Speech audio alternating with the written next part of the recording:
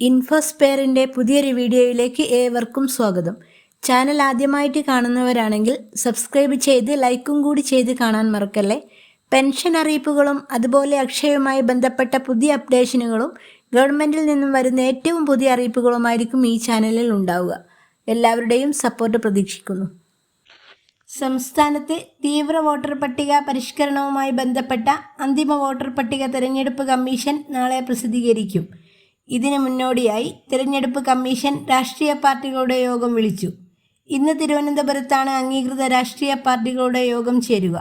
ബന്ധുക്കളുടെ EPIC number ഉൾപ്പെടുത്താത്തതിനെ തുടർന്ന് പ്രവാസി വോട്ടർമാരുടെ അപേക്ഷകൾ തള്ളിയെന്നത് ഉൾപ്പെടെയുള്ള പരാതികൾ യോഗത്തിൽ ചർച്ചയാകും. നാളെ പ്രസിദ്ധീകരിക്കുന്ന അന്തിമ വോട്ടർ പട്ടികയിൽ ആകെ വോട്ടർമാരുടെ എണ്ണം 2.70 കോടിക്ക് താഴെയാകും. സംസ്ഥാനത്ത് SIR നടപടികൾ ആരംഭിക്കുമ്പോൾ 2,78,50,856 വോട്ടർമാരുടെ എണ്ണം.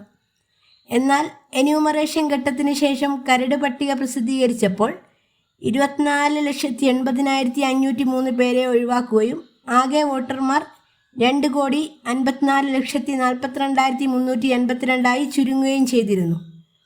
ഇതിന് പുറമെ ഹിയറിംഗിലൂടെ കരട് വോട്ടർ പട്ടികയിൽ ഇടം പിടിച്ച 39,297 പേർ കൂടി വോട്ടർ പട്ടികയിൽ നിന്ന് പുറത്തായിട്ടുണ്ട്. ഇതിൽ 4,217 പേർ എന്യൂമറേഷൻ ഘട്ടത്തിൽ മരണപ്പെട്ടവരും 1,630 പേർ വിദേശ പൗരത്വം സ്വീകരിച്ചവരും 33,450 പേർ താമസം മാറിയവരുമാണെന്നാണ് തെരഞ്ഞെടുപ്പ് കമ്മീഷൻ്റെ വാദം. കരട് പട്ടികയിൽ ഉൾപ്പെട്ട 2,54,42,352 വോട്ടർമാരിൽ മാപ്പിംഗ് ലഭ്യമല്ലാത്തതും ലോജിക്കൽ പിശകുകളുമുള്ള 36,88,948 പേർക്കായിരുന്നു ഹിയറിംഗ് നടത്തിയത്. ഹിയറിംഗ് ഘട്ടത്തിൽ കൃത്യമായ രേഖകൾ ഹാജരാക്കിയ കരട് വോട്ടർ പട്ടികയിൽ ഉൾപ്പെട്ടവരെയും പുതിയ അപേക്ഷകരെയും ഉൾപ്പെടുത്തിയാണ് അന്തിമ വോട്ടർ പട്ടിക നാളെ പ്രസിദ്ധീകരിക്കുന്നത്. 15,91,494 പുതിയ അപേക്ഷകളാണ് തിരഞ്ഞെടുപ്പ് കമ്മീഷൻ മുന്നിലുള്ളത്. ഇതിൽ 2,21,491 പേർ പ്രവാസികളാണ്. അതുപോലെ SIR അന്തിമ പട്ടികയിൽ നമ്മൾ ഉൾപ്പെട്ടിട്ടുണ്ടോ എന്ന് വീട്ടിലിരുന്ന് ഫോണിൽ തന്നെ ചെക്ക് ചെയ്യുന്നത് എങ്ങനെയെന്ന് നോക്കാം. അതിനായി ഗൂഗിളിൽ ഇലക്ഷൻ കമ്മീഷൻ്റെ വെബ്സൈറ്റ് ഓപ്പൺ ആക്കുക.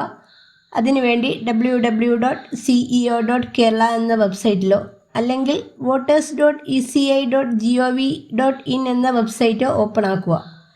അതിൽ ഇലക്ടോറൽ സെർച്ച് എന്ന ബട്ടൺ ക്ലിക്ക് ചെയ്യുക. അവിടെ ക്ലിക്ക് ചെയ്യുമ്പോൾ ഇങ്ങനൊരു ഇൻ്റർഫേസിലോട്ടായിരിക്കും എത്തിച്ചേരുക. അതിൽ സെലക്ട് ലാംഗ്വേജ് ക്ലിക്ക് ചെയ്ത് ലാംഗ്വേജ് മലയാളം ക്ലിക്ക് ചെയ്യുക. അടുത്തതായിട്ട് എപ്പിക് നമ്പർ ചോദിക്കുന്നുണ്ട്. അത് തെറ്റുകൂടാതെ എൻ്റർ ചെയ്ത് കൊടുക്കുക. അടുത്തത് സ്റ്റേറ്റ് സെലക്ട് ചെയ്യാനാവും ചോദിക്കുക. അപ്പോൾ അവിടെ സ്റ്റേറ്റ് കേരള എന്ന് സെലക്ട് ചെയ്ത് കൊടുക്കുക. തുടർന്ന് അതിന് താഴെയായിട്ട് കാണുന്ന ക്യാപ്ച കോഡ് അതുപോലെ തന്നെ തെറ്റുകൂടാതെ എൻ്റർ ചെയ്ത് കൊടുക്കുക. ശേഷം സെർച്ച് ബട്ടൺ ക്ലിക്ക് ചെയ്താൽ നമ്മൾ അന്തിമ ലിസ്റ്റിൽ ഉൾപ്പെട്ടിട്ടുണ്ടോ എന്ന് അറിയാൻ സാധിക്കും. ഇനി പുതിയ വോട്ടർമാർ പട്ടികയിൽ ഉൾപ്പെട്ടിട്ടുണ്ടോ എന്നറിയാൻ അവർക്ക് ID കാർഡ് അതായത് എപ്പിക് നമ്പർ ഇല്ലാത്തവരായിരിക്കും. അങ്ങനെയുള്ളവർ മൊബൈൽ നമ്പർ വെച്ച് സെർച്ച് ചെയ്യുക. സെലക്ട് ലാംഗ്വേജ് ക്ലിക്ക് ചെയ്യുക. അതിൽ മലയാളം ക്ലിക്ക് ചെയ്ത് അടുത്തതായിട്ട് എപ്പിക് നമ്പർ ഇല്ലാത്ത സ്ഥിതിക്ക് മൊബൈൽ നമ്പർ സെലക്ട് ചെയ്ത് എൻ്റർ ചെയ്ത് കൊടുക്കുക. അടുത്തത് സ്റ്റേറ്റ് സെലക്ട് ചെയ്യുക. സ്റ്റേറ്റ് കേരള കൊടുക്കുക. അതിന് താഴെയായിട്ട് ക്യാപ്ച തെറ്റുകൂടാതെ എൻ്റർ ചെയ്യുക. മൊബൈൽ നമ്പർ കൊടുത്തതിന് ശേഷം ഒരു OTP ചോദിക്കുന്നതായിരിക്കും. അത് തെറ്റുകൂടാതെ എൻ്റർ ചെയ്യുക.